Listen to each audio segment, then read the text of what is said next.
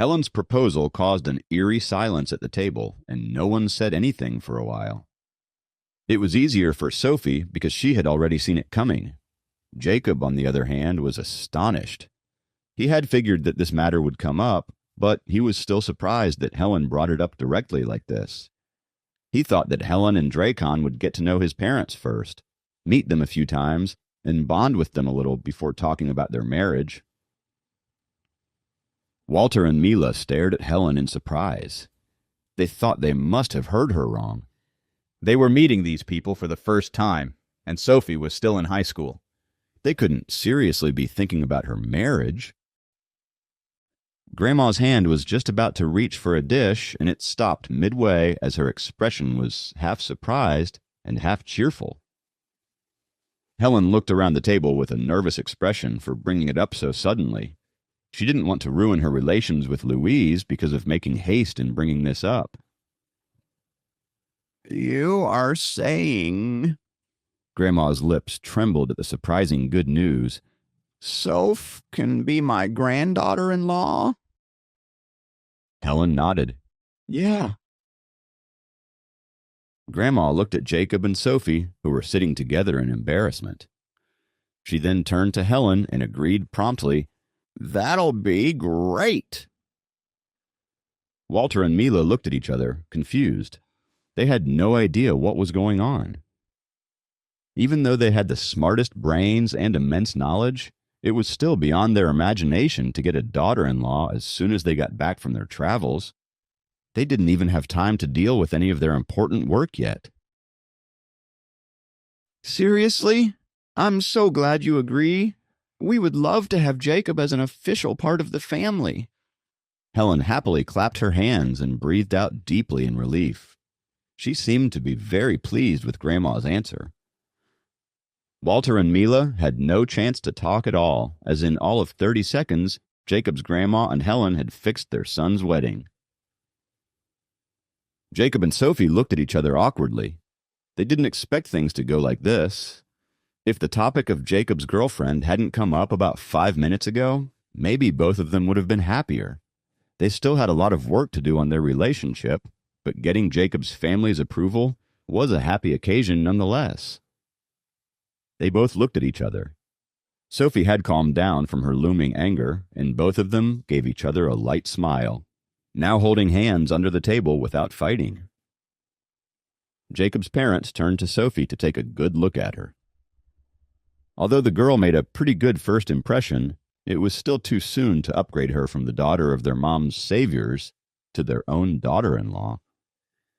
They should have been rewarded for the great patience and restraint they showed as the conversation took a drastic turn. They had no idea that they would have to deal with a wedding so early in their son's life.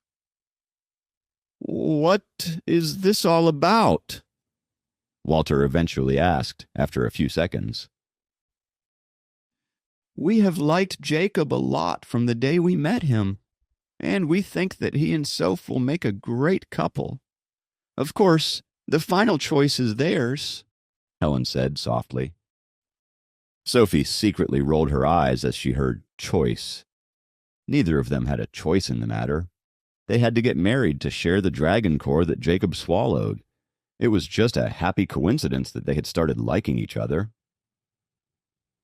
"What are the kids' opinions then?" The situation had confused Walter, a brilliant scientist. All the elders stared expectantly at Jacob and Sophie, who were awkward because of the sudden attention. "Sophie, do you like Jacob?" Mila asked very softly, trying not to put any pressure on the sweet girl. Mila and Walter weren't sure what was happening, but they wouldn't stand in the way of their son's happiness. They just wanted to make sure that Jacob and Sophie actually liked each other, because who even believes in arranged marriages these days? They thought that their mother and Sophie's parents were getting ahead of themselves in the matter. Obviously, they didn't know the truth. Sophie smiled at her awkwardly and nodded her head slowly. "How about Jacob?" Walter asked. He valued Jacob's opinion more. I Jacob hesitated. He paused for a moment, and said, "I like Sophie." This made Helen and Grandma smile brightly. Walter and Mila also nodded, having gotten Jacob's approval. "Are you guys okay with all this?" Dracon asked, directing the question at Jacob's father. Walter answered after some consideration. "Who are we to object if the kids like each other?" He had examined Sophie closely and didn't find any shortcomings. Plus, he was aware of how much his mother liked her. "So that's a yes," Dracon said. Yeah, but don't you guys think that they are both really young for us to be discussing their marriage? Mila voiced her concern. Of course, you are right. We just wanted to make sure that all of us were on the same page. The kids could decide how they wanted to take this forward, Helen assured her. Walter looked at his wife for her opinion, and Mila looked at Sophie's pretty face from across the table and nodded to her husband. She was indeed a patient person. Her logical thinking calmed her down immediately. Other moms would have panicked in such a situation. "It all depends on the kids. Mila and I won't interfere if they wish to take their relationship ahead in the future," Walter stated his opinion up front. Having said that, he still felt a bit weird since Dracon's daughter was only in high school. There was no need to be in such a rush, even if they really liked Jacob. Jacob was relieved to see his grandmother and parents on board with the whole plan.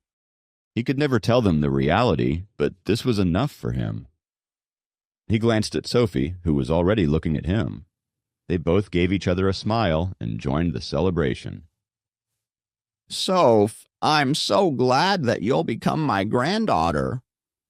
Grandma took her hand and said cheerfully.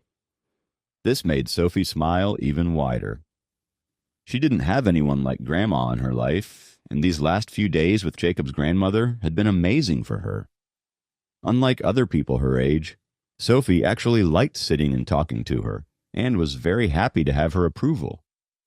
Grandma was very happy, and Sophie's family had proved themselves to be good people. Just like that, an agreement was reached with their toast.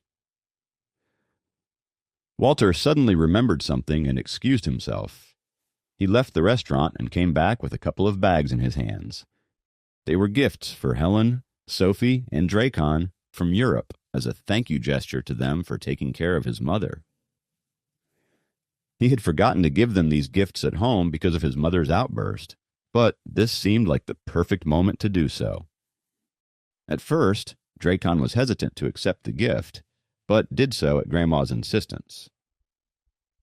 Due to Sophie and Jacob's engagement, the two families naturally become closer. The lunch also brought the two families together. Jacob's family wanted to express their gratitude, whereas Sophie's family intended to get a commitment. Although Walter and Mila agreed to the marriage verbally, they did not take it very seriously. They considered the situation practically. It would be good if Sophie were to become their daughter-in-law in the future, but it would be okay too if it didn't work out in the long run. After Walter paid the bill after lunch, the two families went down the hallway to the lobby. Dracon walked over to Jacob and whispered into his ears, "Come over at 7 o'clock in the morning tomorrow, and I'll take you to the Dragon Palace." Please subscribe to the Pocket FM YouTube channel and press the bell icon for instant notification. Check out our channel for more such exciting shows.